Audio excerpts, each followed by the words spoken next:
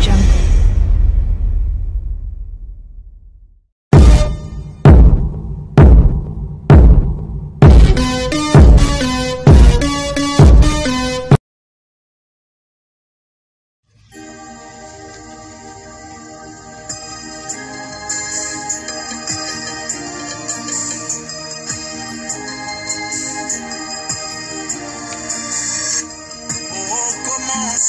Quand Dieu créa les cieux et la terre était informe et vide, simplement dans le chaos.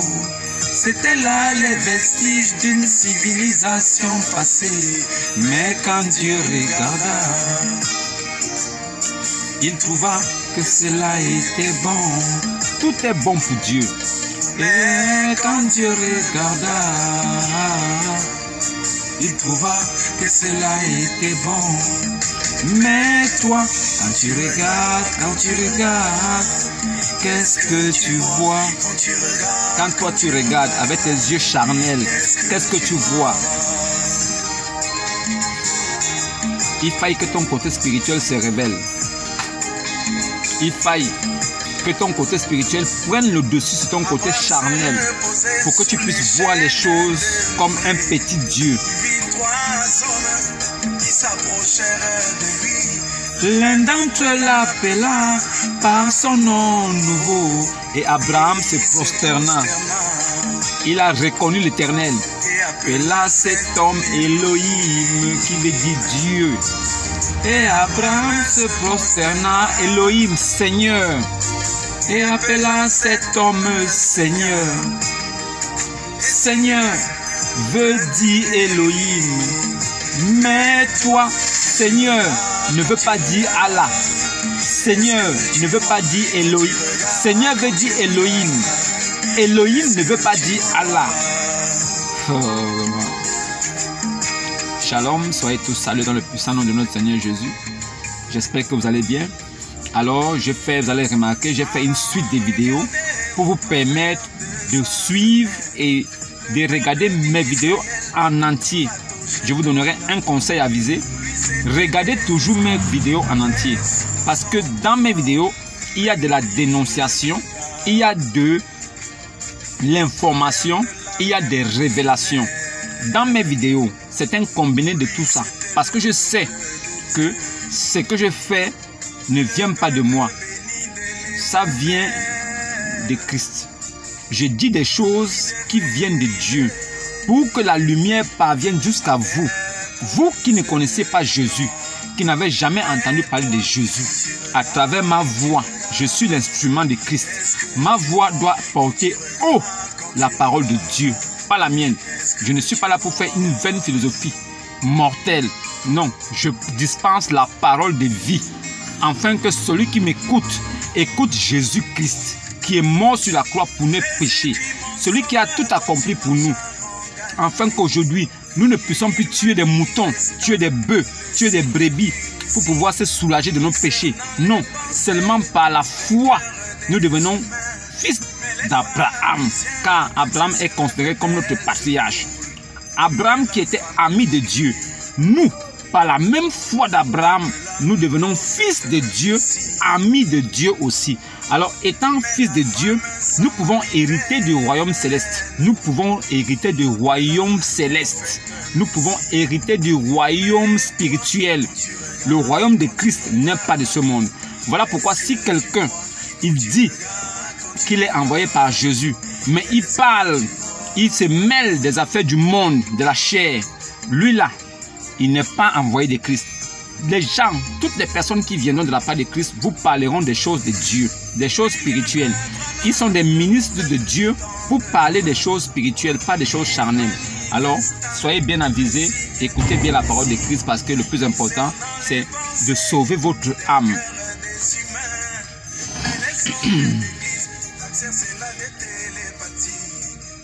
Le plus important dans ce que je dis, c'est de sauver votre âme. Si vous appartenez à l'église catholique romaine, écoutez bien, église catholique romaine, ce n'est pas l'église du Seigneur Jésus. L'église du Seigneur Jésus, c'est l'église du Seigneur Jésus. L'église du Seigneur porte son nom. Église catholique, c'est pour les Romains. Ce n'est pas l'église du Seigneur Jésus. C'est l'église des Romains. Voilà pourquoi c'est appelé église catholique romaine. Ça n'a rien à voir avec Jésus-Christ. Parce que chez eux, ils baptisent les bébés. La nouvelle est dit, allez par tout le monde, prêcher et annoncer la bonne nouvelle. Celui qui va croire, il faut d'abord avoir entendu pour croire. Alors, si tu crois, tu prends ton baptême. Un enfant a cru en quoi? À quoi a cru un enfant pour qu'il prenne le baptême? Quand vous administrez le baptême à un bébé qui est en train de faire nien, nien, vous lui donnez le baptême. À quoi ça sert? Et vous vous réclamez de Christ. Vous, catholiques, vous dites que c'est Jésus qui vous a envoyé. Vous baptisez les bébés. Vous avez prêché quoi au bébé? Il a écouté quelle parole? Et il a cru en quoi pour que vous puissiez lui donner le baptême? Vous êtes des catholiques, on vous parle, vous ne comprenez pas. Vous, fidèles catholiques, qui allez dans ces congrégations-là, si vous demeurez dans ça, vous êtes des maudits. Celui qui écoute ce que j'ai dit et demeure dans ça, c'est un maudit. Il est né pour l'enfer. Ce n'est pas mon problème. Moi, je parle pour que les fils de Christ qui sont là-bas, dans vos affaires de catholiques, là, puissent sortir. Mais vous, catholiques de naissance nature, restez là-bas avec votre pape. Votre chemin est tracé. Votre route est large et spacieuse. Je ne vous plains pas. Au contraire même, je vous dis bonne route. Mais sachez une chose. Aucun catholique véritable n'ira au paradis. Aucun. Je vous le dis en vérité. Aucun catholique n'ira au paradis. Aucun assemblée. Ceux qui sont dans l'assemblée de Dieu là. Eux, ils pilonnent les démons. Ils tailladent les démons. Assemblée de Dieu. Et ils pilent les démons. Ils envoient Holy Ghost fire. Holy Ghost fire. Ils envoient le feu du Saint-Esprit sur les démons. Moi, je leur poserai une question. Vous qui envoyez le feu du Saint-Esprit aux démons, d'où avez-vous pris ce mandat d'envoyer du feu aux démons? On vous a dit, en mon nom, le propriétaire de cette affaire, le roi de cette affaire vous dit, en mon nom vous chasserez. Quoi? Il n'est pas assez intelligent pour vous dire, en mon nom vous brûlerez, en mon nom vous tailladerez, en mon nom vous écraserez. Quoi? Jésus n'est pas plus intelligent que vous, quoi. Donc vous êtes plus intelligent que lui. En son nom, vous allez taillader. Il a donné le mandat.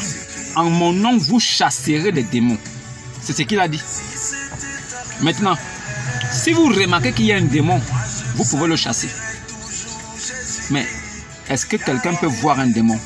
Est-ce qu'un homme, comme moi, comme vous, avait déjà vu un démon? Pour chasser un démon, il faut d'abord l'avoir vu. Vous n'avez jamais vu un démon, vous voulez le chasser. Comment ça? Parce que ce sont des mises en scène mises dans des églises là, des hommes là. Vos églises fabriquées des hommes là, vous faites des mises en scène pour chasser des démons. Comme les prêtres catholiques et des cinéastes font l'exorcisme. Ils disent qu'ils chassent des démons. Des personnes sont possédées et ils sont là pour chasser les démons. C'est des montages de toutes pièces. Une façon d'attirer l'attention pour faire croire que la vérité est là-bas. La vérité n'est pas à l'église catholique romaine. C'est l'église des Romains. Ça n'appartient pas au Seigneur Jésus. Ce n'est pas l'église des saints apôtres. Les catholiques n'appartiennent pas à Christ. Un catholique ne peut pas dire qu'il est chrétien. Il prie Marie. Eux, ils demandent à Marie de prier pour leurs péchés. Un prêtre catholique demande à Marie de prier pour ses péchés. La Bible est formelle là-dessus. Il n'y a qu'un seul médiateur entre Dieu et les hommes. Le seul médiateur entre Dieu et les hommes, c'est Jésus-Christ homme. Alors si vous espérez le sauvetage de votre âme, vous espérez votre repentance et le lavage de vos péchés, vous devez passer par une seule personne, homme, Jésus-Christ homme. Il n'y a que Jésus-Christ homme. Il est le seul médiateur entre Dieu et les hommes. Alors, vous avez pris Marie. L'ange est venu voir Marie. Il a dit à Marie, je te salue. C'est une salutation. Je te salue, toi à qui une grâce a été faite. Les prêtres catholiques, avec Constantin Ier, ils ont dit non. Ça, c'est rien. Ils ont changé. C'est devenu maintenant la prière. Je vous salue Marie. Ils ont enlevé je te salue. Ils ont dit je vous salue. On a dit une grâce a été faite. Ils ont dit pleine de grâce. Demandez aux prêtres catholiques de vous monter dans la Sainte Bible. là où c'est écrit « Je vous salue Marie, pleine de grâce ». Demandez-le. Ça n'existe nulle part. Nulle part il est écrit « Je vous salue ». C'est « Je te salue ». Toi à qui une grâce, ils ont mis « Je vous salue, pleine de grâce ». Dieu dit une grâce. Les catholiques disent « pleine de grâce ». Dieu dit « Je te salue ». Il dit « Je vous salue ». Ils disent même « Sainte Marie, Mère de Dieu ». Qu'un catholique vous montre dans la Bible, là où c'est écrit « Sainte Marie, Mère de Dieu », la Mère de Dieu, qui vous montre ça? Ça n'existe nulle part. Mais lui là, il va vous dire que c'est Jésus qui l'a envoyé. Et vous allez croire. Vous êtes intellectuel, intelligent, vous avez fait l'école, des études, vous avez des diplômes. Vous vous asseyez devant une quelconque personne qui vous raconte des bêtises comme ça. Ça veut dire qu'il vous conduit tout droit à l'abattoir, en enfer. Mais vous ne dites rien. Parce que vous êtes catholique. Votre maman était catholique. Votre père était catholique. Ah, on va encore faire comment? On est là-bas. Sortez de là. C'est de la marmaille. Les catholiques ne sont pas des chrétiens. Les assemblées de Dieu ne sont pas des chrétiens. Les christianistes célestes ne sont pas des chrétiens. Les branhamistes ne sont pas des chrétiens.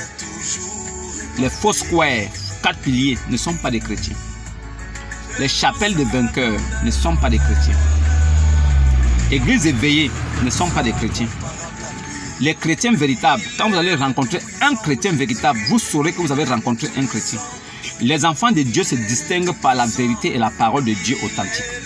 Si vous rencontrez un enfant de Dieu, il vous parlera de la parole de Dieu telle qu'elle est, sans tache. Il vous parlera de ce que vous allez retrouver dans les Saintes Écritures. Il vous parlera de la parole de Dieu qui se trouve dans la Bible. Il ne vous parlera pas de sa philosophie. Il ne prendra pas dans sa tête. Il ne vous dira pas qu'au jour dernier, ceux qui portent des pantalons qui dépassent les chevilles, au jour dernier, leur Dieu va prendre ces pantalons-là. Ces pantalons seront jetés en enfer. Allah dit que les personnes qui portent des pantalons qui dépassent les chevilles, au jour dernier, les pantalons-là seront attrapés et jetés en enfer. Moi, je me pose la question si les pantalons-là sont des êtres vivants. Est-ce que les pantalons sont des êtres vivants pour être jetés en enfer? Il demande aux musulmans de ne pas porter des tenues de couleur jaune, de couleur orange. On lui a posé la question pourquoi. Il dit parce que les païens, ceux qui ne croient pas en Allah, portent ce genre de choses. Voilà la raison pour laquelle il défend les vrais musulmans de porter des habits de couleur jaune, de couleur orange. Juste parce que ceux qui ne croient pas en Allah et en l'islam portent ces choses-là. Alors lui dit ne portez pas. Voilà sa raison. Lui, il dit que dans son paradis, chaque personne aura 7 linges sur le corps, 7 vêtements. Ça veut dire que là où tu es là, tu es un adepte de l'islam, tu as 7 tenues. Ça veut dire que tu as ta tenue que tu portes, que tu peux sortir avec, tu as encore une autre tenue dessus, tu as encore une autre tenue dessus. 7 fois. Je me demande bien comment est-ce qu'un homme, peut se balader avec 7 tenues dans le corps. Imaginez-vous, vous là, vous avez 7 tenues au corps, ou bien 7 vestes sur le corps. Et vous devez vous balader avec ça. Dans le monde de Allah, dans son paradis là, où coule, dans les jardins là où coulent des ruisseaux. Puisque le paradis de Allah, c'est des jardins où coulent des ruisseaux, c'est pas le paradis. Alors là-bas, tu auras 7 linges. Quand tu marches, si tu rencontres quelqu'un qui a un habit sur le corps qui est plus joli que pour toi, en même temps, pouf, ça veut dire que si tu l'envies, tu as encore une tenue qui est 2 fois, 5 fois plus jolie que pour lui. Et lui aussi, dès qu'il te voit en même temps, lui aussi, pouf, il a aussi une autre tenue maintenant qui est encore plus jolie que pour toi. En même temps, toi aussi, tu le vois aussi, tu fais pouf, tu as aussi une tenue encore plus jolie. Ça veut dire que c'est un concours de tenues, c'est un défilé de mode. C'est un défilé de mode magique. Le paradis de Allah, c'est une parc d'attraction. Là où moi, j'ai une tenue qui est plus jolie, toi, tu vas faire paf, tu as une tenue plus jolie. En même temps, quand je vois, il dit, oh non, ah mec, il est plus joli. Paf, moi aussi, une tenue encore plus jolie que pour toi. Toi aussi, tu dis, oh, paf, toi aussi, une autre tenue. C'est un paradis de clash. On va là-bas pour se mesurer, pour voir celui qui a une belle tenue que l'autre. L'autre a une belle tenue que l'autre. Le paradis de Allah, c'est un conte de fées des enfants de 3 ans. Pendant que tu auras tes 7 tenues au corps, tu seras en train de changer les tenues. À chaque fois que tu vois quelqu'un qui a une tenue plus jolie que la tienne, en même temps aussi, tu auras un long zizi bien limé. Parce que tu auras 72 yuris qui seront dans des tentes assignées, positionnées pour toi. Elles seront disposées dans les tentes. Elles auront des corps jolis comme des perles, comme transparents. Ça veut dire que quand tu vois sa peau, tu arrives même à voir la moelle épinière qui est dans son os de tibia. Elles auront des yeux arrondis comme des perles. Elles auront des seins arrondis. Elles seront vierges. Et c'est toi qui vas la dévierger. Quand tu la tapes, paf, elle se dévierge. Elle a mal écrit. En même temps, quand tu tapes, tu finis de taper là, tu sors de là. Il y a une rivière de vin de vigne qui coule dehors. Tu prends un gobelet, tu pars, tu pues seulement, tu bois. Quand tu sens que tu es un peu ivre, tu reviens. Elle est redevenue vierge. Si tu veux, tu la tapes encore elle, ou tu veux, tu laisses. Tu choisis encore parmi les 72, une autre encore, tu rentres dans sa tente. Tu vas encore taper là-bas. Le paradis de Allah pour les musulmans, c'est le boxon. C'est la prostitution à outrance légalisée par Allah. Le paradis de Allah, c'est la bordellerie à outrance du jamais vu. C'est un film de pornographie. Personne n'a jamais vu un film aussi démentiel. Allah promet à tous les musulmans qui lavent leur anus, lavent les orteils comme des brindilles de balai, un paradis là où ils auront des femmes avec lesquelles ils pourront abuser sexuellement dans le viol à répétition sans que ça n'aille quelque part. 72 vierges dans des tentes.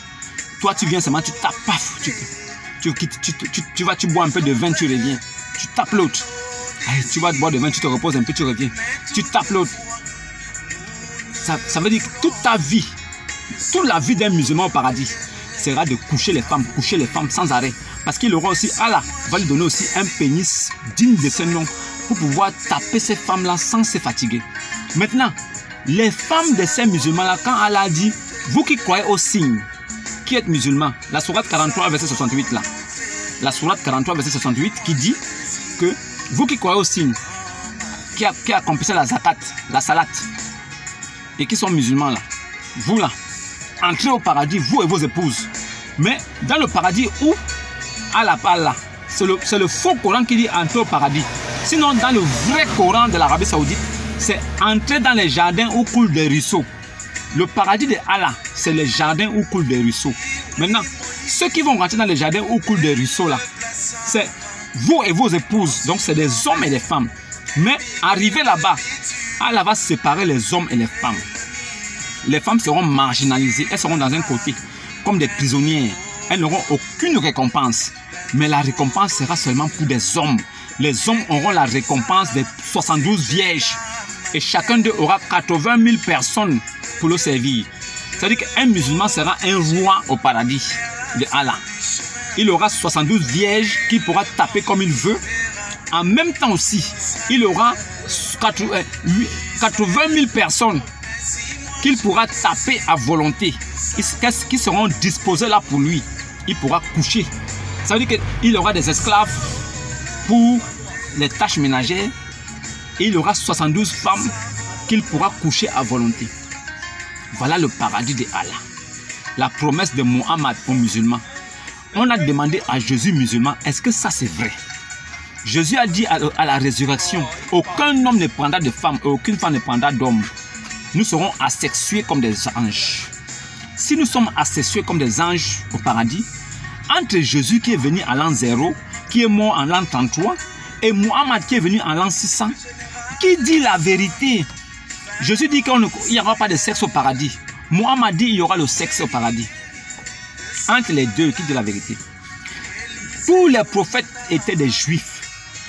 C'est Jésus, Yeshua, qui est Yassou en arabe. Tous les prophètes, Moïse, il s'appelle Moïse, il ne s'appelle pas Moussa. Quand tu vois les imams dans les mosquées là, Lassana Moussa, Lassana Ibrahim, Lassana Yaya, Lassana Issa, Lassana là c'est la bêtise. Il n'y a pas de Lassana Moussa, c'est des conneries. Moussa là, ce n'est pas Moïse. Moïse n'est pas arabe. Vous Lassana Moussa, Lassana Ibrahim, qui vous a dit que ce sont des arabes? Qui vous a dit ça? Qui vous a dit? Tous les prophètes de la Bible ne sont pas arabes. Aucun d'eux. Tous les prophètes de la Torah, depuis Moïse, ne sont pas arabes. Aucun prophète de la Bible n'est arabe. Quand les imams disent Lassana Moussa, Lassana Ibrahim, Lassana Yaya, Lassana Issa, c'est des conneries. Une façon de vous faire croire. C'est du mensonge. L'islam est assis sur le mensonge. J'ai dit, je défie tous les imams ici. Apportez-moi une preuve tangible que Moïse, Ibrahim, Moïse, Abraham, tout le reste là était arabe. Aucun d'eux n'était arabe. Et ce gars-là, qu'on appelle Abu al-Qasim, Muhammad, alias Muhammad, Abu al-Qasim, alias Muhammad, lui là, il n'est pas juif. Il n'est même pas israélite. C'est un arabe pur, 100%. Pur 100%. Il n'a rien à voir avec les juifs. Il n'est même pas circoncis. Circoncis là, c'est-à-dire que les juifs, à partir d'Abraham là, quand tu nais les garçons là, on enlève la peau qui est sur la verge là. C'est ça. Moi-même qui vous parle, on a enlevé la peau. Je suis un juif par adoption. Je suis Israël par la foi. Oh, tous les musulmans que vous voyez là, les arabes, ils ne coupent pas la peau là. Ils ne sont pas des circoncis. Ce sont des incirconcis. Les musulmans et arabes sont incirconcis. Ils ne sont pas descendants d'Abraham. Même par adoption. Ils ne sont même pas frères. C'est que les juifs ont pratiqué. Les arabes ne pratiquent pas ça. Est-ce qu'au temps des juifs, ils faisaient 5 prières par jour? Est-ce que les juifs faisaient 5 prières par jour? Il n'y a même pas une trace historique qui montre que les juifs faisaient 5 prières par jour. Ça n'existe nulle part. Ils embrassent un caillou noir inutile. Et Mohammed embrassait ces cailloux-là. C'est pour ça que les adeptes de l'islam embrassent ces cailloux. Mais Omar, qui était le compagnon fidèle de Mohammed, il a dit, caillou, je sais que toi, tu n'as aucun pouvoir, tu n'es qu'un caillou banal. Si je n'avais pas vu l'apôtre de Allah t'embrasser, je ne t'aurais jamais embrassé. Je sais que tu ne peux apporter ni bonheur, ni malheur à quelqu'un. Tu es inutile. Mais comme le prophète a fait ça, les musulmans aussi aujourd'hui font. Il n'y a rien dedans. Ils disent que quand tu fais la triangulation, là, les tours, 7 tours là, c'est comme si tu as libéré un esclave. Pour Mohammed, quand un homme affranchissait un esclave noir, il payait en même temps son passage pour le paradis. Donc si toi, tu es arabe ou bien tu es musulman, dès que tu as affranchi un esclave, en même temps tu vas au paradis. Ça, ce sont les enseignements que Mohammed a laissés aux musulmans. Un vrai musulman doit connaître ces choses. Mais ils ne les connaissent pas. Les musulmans et les catholiques sont la même chose. C'est des mêmes personnes. Ils ne prient pas le même Dieu. Ils n'adorent pas le même Dieu. Nous adorons le Dieu véritable, un Dieu vivant. Voici, je viens, j'habiterai parmi vous. Et tout, ça veut dire que, et quand j'habiterai là, en ce temps-là, beaucoup de nations s'attacheront à moi, l'Éternel. J'habiterai au milieu de toi. Emmanuel, Dieu parmi les hommes. Dieu est venu. C'est Dieu, Esprit éternel, Christ qui s'est fait homme, il est venu. Notre Dieu est capable de tout. Chez les musulmans, leur Dieu ne peut pas venir sur la terre. La terre est tellement petite pour lui. Il est tellement gigantesque. Même son pied va détruire la terre. Mais ils oublient quelque chose. Moi, j'ai un verset coranique qui montre que Allah est venu sur la terre. J'ai un verset coranique qui prouve que Allah est venu sur la terre. Allah, il est venu 3. Il a dit que nous sommes envoyés par Allah. Nous sommes envoyés à des gens mécréants pour les détruire. Ils ont dit ça à Abraham. À la fin maintenant, ils disent que nous, Allah, avons décidé que la femme de Lot sera du nombre des disparus. Ça veut dire qu'ils ont décidé, eux, Allah, ont décidé que la femme de Lot va mourir. C'est eux, Allah. Ils disent que Allah n'est jamais venu sur la terre. Mais Allah est venu sur la terre. Moi, je vous dis, Allah est venu sur la terre. Allah ne peut pas être Dieu. Allah. La phase de dénonciation, c'est un peu ça. Maintenant, je voudrais vous expliquer une sourate. Une sourate très importante qui va vous faire comprendre que Allah ne peut pas être Dieu. Sourate 33, verset 56. Sourate 33, verset 56. Sourate 33, verset 56. Qu'est-ce qui est écrit? Certes, Allah et ses anges, ils prient sur le prophète. Oh, vous là qui croyez, priez sur lui et adressez-lui vos salutations. Voilà la sourate qui nous fait comprendre, nous les personnes douées d'intelligence, que Allah ne peut pas être Dieu. Pourquoi je vous le dis? Allah, il prie avec ses anges sur le prophète. Il est comme un homme, comme un fidèle islamique qui prie sur le prophète. Puisque les musulmans prient sur leur prophète, et ils adressent les prières à Mohammed. Ils disent: oh Mohammed, paix et salut sur toi. Paix et salut sur toi. Quelqu'un qui est mort. Mohammed est mort. Il n'y a aucun signe que ce gars est encore vivant.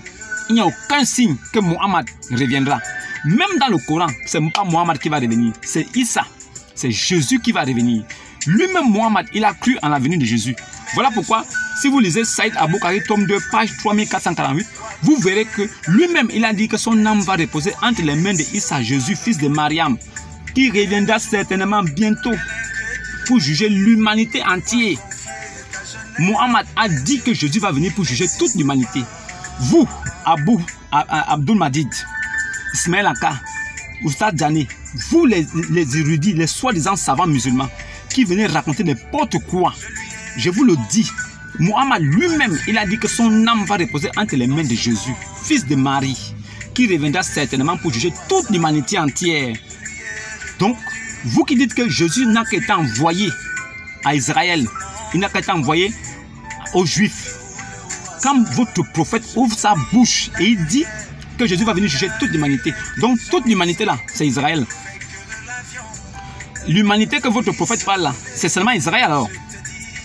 Vous n'avez rien dans la tête. C'est la raison pour laquelle moi je vous dis, je vais vous dénoncer à un niveau où l'islam va chuter entre mes mains. Je suis le dépositaire même de l'islam. Sourate 5, verset 47. J'ai reçu le mandat par Allah lui-même. Allah m'a dit, va, juge-les. Dis-leur que Mohammed les a trompés. Celui qui va t'écouter, il sera sauvé. Il va croire en Jésus, il va prendre son baptême. Celui qui ne va pas t'écouter, il sera condamné. Parce que moi, Allah, j'ai déjà établi les bases pour eux. Il n'y a personne parmi eux qui ne passera pas par l'enfer. Il s'agit là d'une sentence irrévocable de la part de leur Seigneur Allah. Allah a décidé que tous les musulmans iront en enfer. Voilà pourquoi Allah dit encore que tous les âmes des musulmans connaîtront la mort. Quand on parle de l'âme doit connaître la mort, on parle de la mort éternelle de l'âme. On parle de la perdition de l'enfer. Donc, Allah promet que tous les musulmans vont connaître la mort définitive de leur âme. C'est l'enfer. Selon Allah, tous les musulmans iront en enfer. Voilà. Maintenant, Sourate 33, verset 56. Comment s'expliquer? Comment s'expliquer? Comment on peut expliquer ce verset? Sourate 33, verset 56. Certes, Allah et ses anges prient sur le prophète. Je vous rappelle ici en passant que le mot bénédiction existe bel et bien dans le Coran. Je peux vous montrer plusieurs versets coraniques là où Allah bénit les hommes, là où Allah bénit certaines choses. Allah ne bénit pas dans ce verset 33, dans ce verset 56 du chapitre 33. Dans le chapitre 33 du Coran, au verset 56, Allah ne bénit pas. Tous les musulmans qui vont venir raconter leur histoire, c'est que non, Allah bénit. Ce n'est pas bénédiction là-bas, c'est prier. Allah connaît bien la différence entre prier et bénir. Mais dans ce verset, Allah utilise bien le verbe prier. Cela signifie que Allah lui-même, il prie avec ses anges. Alors, c'est quel Dieu qui prie? Sa prière ne peut pas suffire. Alors, il prend aussi la prière de ses anges, il ajoute dessus. Allah et ses anges prient sur le prophète. Et en même temps encore, Allah leur dit encore, oh, vous qui croyez là, priez sur lui. Ne priez pas sur Allah, hein, mais priez sur le prophète. Et adressez-lui vos salutations. Quelqu'un qui est mort, vous priez sur lui, vous l'adressez les salutations. Depuis 1400 ans, qu'est-ce que ça a changé? La Bible est formelle. Jésus-Christ est vivant pour l'éternité, pour les siècles des siècles. Il est vivant. Il a été enlevé au ciel dans le Coran. Donc, il n'est pas mort dans le Coran. Jésus est vivant pour les siècles des siècles dans le Coran aussi. Dans le livre des foi des musulmans, des Abdul. Dans le livre des foi des Abdul, Jésus est vivant. Dans le livre des foi des chrétiens, Jésus est vivant. Mohammed est mort dans son livre de foi. Dans le Coran, Mohammed est mort et il est mort empoisonné. Mohammed est mort empoisonné dans des atroces souffrances. Il est mort empoisonné. Il était moine catholique. Mohammed s'est fait baptiser par un moine, Chan de Faïra. Il s'est fait baptiser. C'est Waraka ibn Nafer qui l'avait amené là-bas. Waraka ibn Nafer, c'était le cousin de sa femme Khadija qui a amené Mohammed s'est fait baptiser par ce moine de Chan de Faïra. Mohammed est mort catholique. Il était catholique. C'est là-bas où il a appris quelques paroles de l'évangile qu'il a ramené pour transmettre dans le Coran. Sinon, Mohammed ne connaît pas l'évangile pur. Il était illettré analphabète. C'est pour ça que vous voyez dans le Coran, des histoires de la Bible, de l'évangile sont un peu traficotées parce qu'il n'avait pas la révélation, il n'avait pas aussi la connaissance parce qu'il était aussi très bête. Mais en dehors de ça, Waraka ibn Affar, c'est lui qui a amené Mohammed à se faire baptiser par un moine catholique, Chan de Faïra. Mais Mohammed est revenu maintenant, il a créé une religion où il a mélangé toutes les pratiques. L'islam, c'est un mélange de beaucoup de pratiques. Il faut aller embrasser le caillou noir. Dans le Coran, il est écrit que le seul pardonneur, c'est Allah. C'est Allah qui est le seul pardonneur dans l'islam. Expliquez-moi comment est-ce que le caillou noir de la Kaaba peut encore pardonner les péchés aussi. Si c'est Allah seul qui est le pardonneur, si c'est Allah seul qui est pardonneur, comment est-ce que le caillou noir de la Kaaba peut pardonner les péchés? Et vous dites qu'on n'associe pas quelque chose à Allah. Tuez les associateurs. Allah est le seul Dieu, c'est le monothéisme pur. Mais caillou noir aussi enlève les péchés comme Allah. Donc caillou noir là est aussi puissant comme Allah. Le caillou noir là est un Dieu pour les musulmans. Allah pardonne les péchés. Caillou noir de la Kaaba pardonne les péchés, finalement.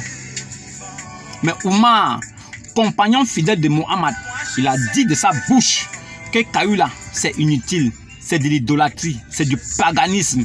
Et c'est vrai. Celui qui viendra discuter, je lui montrerai le verset, il verra avec ses yeux, il va confirmer. Mohammed vous a trompé, il vous a eu. Surat 33, verset 56, c'est la mort de l'islam. Si Dieu, Allah, Dieu des Arabes, il prie, sa prière ne suffit pas. Il appelle ses anges en renfort. Venez m'aider, on va prier, venez, venez. C'est chaud, hein?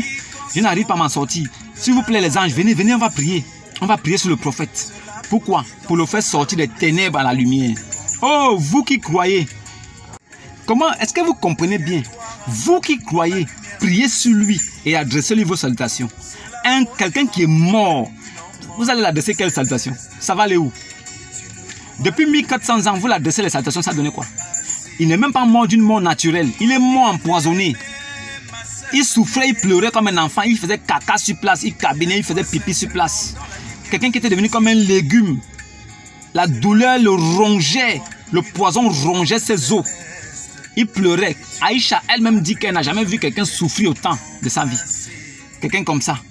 Il est mort avec des paroles dans sa bouche de malédiction. Que Allah maudisse tous les juifs et les chrétiens. Que Allah maudisse tous les juifs et les chrétiens. Quelqu'un comme ça, vous dites que c'est un prophète. Ça là, c'est un prophète. Surat 33, verset 56. C'est la mort de l'islam. L'islam n'est qu'une secte. Il n'y a pas Dieu dedans. Si Dieu prie, sa prière ne peut pas suffire. Son kun fayakun a disparu. Alors il appelle les anges. Venez m'aider, on va prier, s'il vous plaît. Jusqu'à là, ça n'a pas marché. Mohammed est mort empoisonné. Vous suivez quelqu'un comme ça?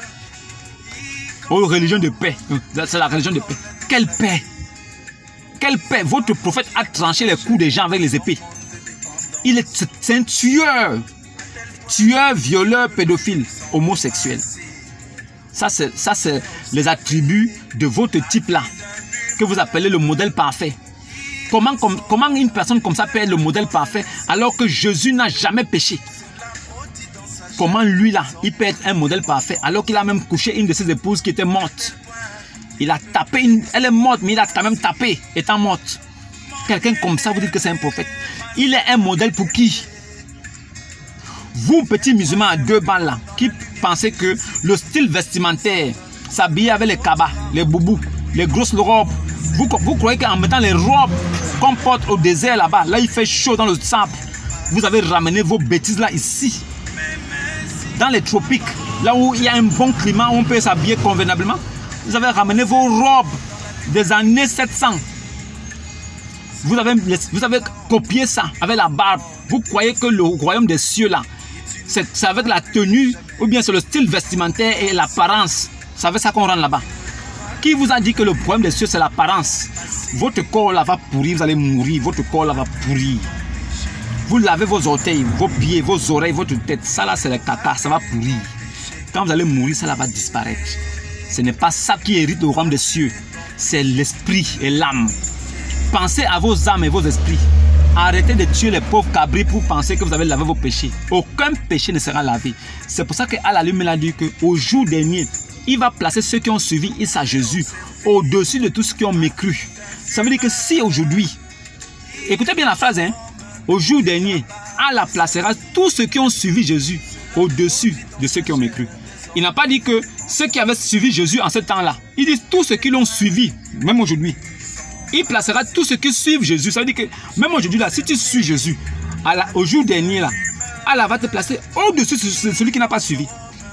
Donc si tu suis Jésus, Allah te placera au-dessus de celui qui n'a pas suivi. Donc un musulman qui ne suit pas Jésus, là, qui suit Mohammed, parce que sa confession de foi, là, c'est là, il a là, Allah, Mohammed, Rasoul, Allah. Ça veut dire qu'il n'y a de Dieu que Dieu et son prophète, c'est Mohammed, l'arabe. Cet arabe-là, qui dit que caillou noir là enlève les péchés. Comment Allah, il n'y a de Dieu que Dieu et le caillou de la Kaaba, c'est quoi? À quoi vous sert le caillou de la Kaaba? Puisqu'il n'y a de Dieu que Dieu et le caillou de la Kaaba, c'est qui? Puisque ce caillou-là a les mêmes pouvoirs que Allah. Le caillou de la Kaaba, ce caillou qui était blanc et qui est devenu noir à cause des péchés du monde là. Ce caillou-là qui pardonne les péchés là, il est qui? Comment un caillou peut pardonner les péchés? Le caillou a les mêmes pouvoirs que Allah. Allah pardonne les péchés, caillou noir pardonne les péchés. C'est Mohammed qui vous a mis dans ce rambaka. Mohammed vous a eu. Ce gars-là vous a bien entubé quoi. Si vous restez dans l'islam, vous êtes morts, des morts vivants. Sortez de là. L'islam c'est la mort. Celui qui reste là-bas, il est foutu. Sourate 33 verset 56. Comment un Dieu peut prier avec ses anges? Comment il peut prier? Il appelle les anges en renfort. C'est quel Dieu ça qui prie? Et je vous rappelle en passant, hein, dans le Coran, il y a le mot bénédiction. Hein. Il y a le verbe béni. Hein. Si quelqu'un ramène cette sale fesse ici pour me dire non, vous ne comprenez pas, certes, Allah et ses anges prient, ça veut dire que il bénit. Vous êtes fou dans votre tête. Ce n'est pas béni. Il prie. Allah et ses anges prient. Comme toi tu pries là, sur Allah là, comme tu pries sur ton prophète Mohammed là, c'est aussi comme ça que Allah lui prie sur Mohammed. Entre Mohammed et son Dieu, qui était au-dessus de l'autre. Lui, Mohammed, il ne prie pas son Dieu, mais c'est son Dieu qui prie pour lui. Vous êtes bêtes. Vous n'avez rien compris. Réveillez-vous. Sourate 33, verset 56 est clair. Allah n'est pas Dieu. Allah n'est pas Dieu. Allah n'est pas Dieu. Allah n'est pas Dieu. Lui, il prie avec ses anges sur le prophète. Il prie quoi? Il prie quel Dieu? Vous n'avez pas compris? Tous les jours, je prendrai une sourate pour vous expliquer. Vous allez comprendre que le Coran là, c'est dans mes veines. Ça coule dans mes veines ici. Je prendrai tous les jours une sourate pour vous expliquer la sourate. Quand j'en aurai fini avec toutes les sourates de votre Coran, quand tu viendras à moi, je te dirai, va seulement regarder mes vidéos. Quand tu vas lire chaque sourate, tu vois, tu écoutes, tu lis, tu vois, tu écoutes, avec des preuves. Toi-même, tu vas commencer à réfléchir. C'est tout ce qu'il peut te dire. Toi, musulman lambda, qui ne sait ni lire ni écrire, ça va te choquer. Mais c'est la vérité. La vérité choque toujours. C'est Jésus-Christ qui est le Seigneur. Il dit, il a tout accompli. Si Jésus n'est pas le Messie, pourquoi le Coran l'appelle Al-Masiyah? Est-ce que dans le Coran, on appelle Mohammed Al-Masiyah? S'il y a quelqu'un qui voit cette vidéo et qui est sûr que Mohammed est appelé Al-Masiyah dans le Coran, qu'il m'apporte le verset. Apportez-moi le verset là où Mohammed est appelé Al-Masiyah. C'est Issa qui est appelé Al-Masiyah. Si Jésus est le Messie, ça veut dire qu'il est le Christ. Il est l'Esprit éternel. Ça veut dire qu'il est Dieu. Si le Coran l'a appelé Al-Masiyah, ça veut dire qu'il est le Messie. Mais le Messie devait venir tout accomplir. Et si Jésus est le Messie, il a tout accompli. Alors qu'est-ce que Mohammed est venu faire? Qu'est-ce que cet arabe est venu faire? Alors que les Juifs avaient déjà eu toutes les révélations. Cet arabe est venu raconter quoi? Vous le suivez? Vous suivez quelqu'un comme ça? Un arabe qui ne savait ni lire ni écrire? Vous le suivez? Et vous dites qu'il est au-dessus de Jésus? J'ai parlé pour mes frères chrétiens qui sont dans l'islam, qui doivent sortir. C'est pour eux que j'ai parlé. Vous, musulmans de nature, sémence de Satan, qui devez aller en enfer, je ne me plains pas pour vous. Je n'écris pas pour vous. Mais j'écris pour des personnes qui ont été endoctrinées, qui ont été trompées et qui sont rentrées dans l'islam. Ils vont sortir à cause de moi parce que je leur ai dit la vérité. Et si vous avez des préoccupations et si vous avez des avis à donner, venez tranquillement en commentaire, posez des questions, je vous donnerai des réponses. Aujourd'hui, je me suis attardé plus sur la sourate 33, verset 56, parce que cette sourate m'intrigue. Et cela aussi doit vous intriguer vous aussi. Pourquoi? Parce que c'est une sourate qui dit que Allah et ses anges, ils prient sur le prophète. Et je sais bien, très bien que dans le Coran, le mot béni, le verbe béni existe. Le mot bénédiction existe dans le Coran. Allah l'a utilisé plusieurs fois. Mais sur cette sourate-là, Allah a utilisé le mot prier. Ça veut tout dire. Si un Dieu se met à prier avec ses anges qui sont comme ses fidèles, sur un homme qui est mortel et qui est mort, qui n'est pas ressuscité, il y a un problème. Allah, Dieu et ses anges, ils prient sur un mortel, un homme qui est mort, empoisonné et qui n'est pas ressuscité. Mais Allah, qui est Dieu tout-puissant, il appelle ses anges pour prier sur lui. Et après toutes ces prières-là, il meurt, il ne ressuscite pas. Et c'est Jésus qui est ressuscité. Il n'y a que Jésus qui est monté au ciel. Il n'y a que Jésus qui a été enlevé au ciel. Maintenant, toutes les prières de Allah avec ses anges ont servi à quoi sur Mohammed? Puisqu'à la fin, il est mort, il n'est pas ressuscité. Vous ne comprenez pas? Hein? À bon entendeur, salut. Vous ne comprenez pas, ce n'est pas mon problème. Je vous dirai toujours la vérité ici. Ça va vous couper la gorge. Je suis comme ma bouche là, c'est comme une épée à double tranchant. C'est la parole de Dieu authentique. Ça vient pour séparer l'âme et l'esprit. Ça vient pour trancher le corps, séparer le corps physique et l'esprit et l'âme. Si vous suivez mes vidéos, vous allez sortir de l'islam. Je vais vous donner toutes les raisons pour quitter l'islam. À bon entendeur, salut, shalom et à demain.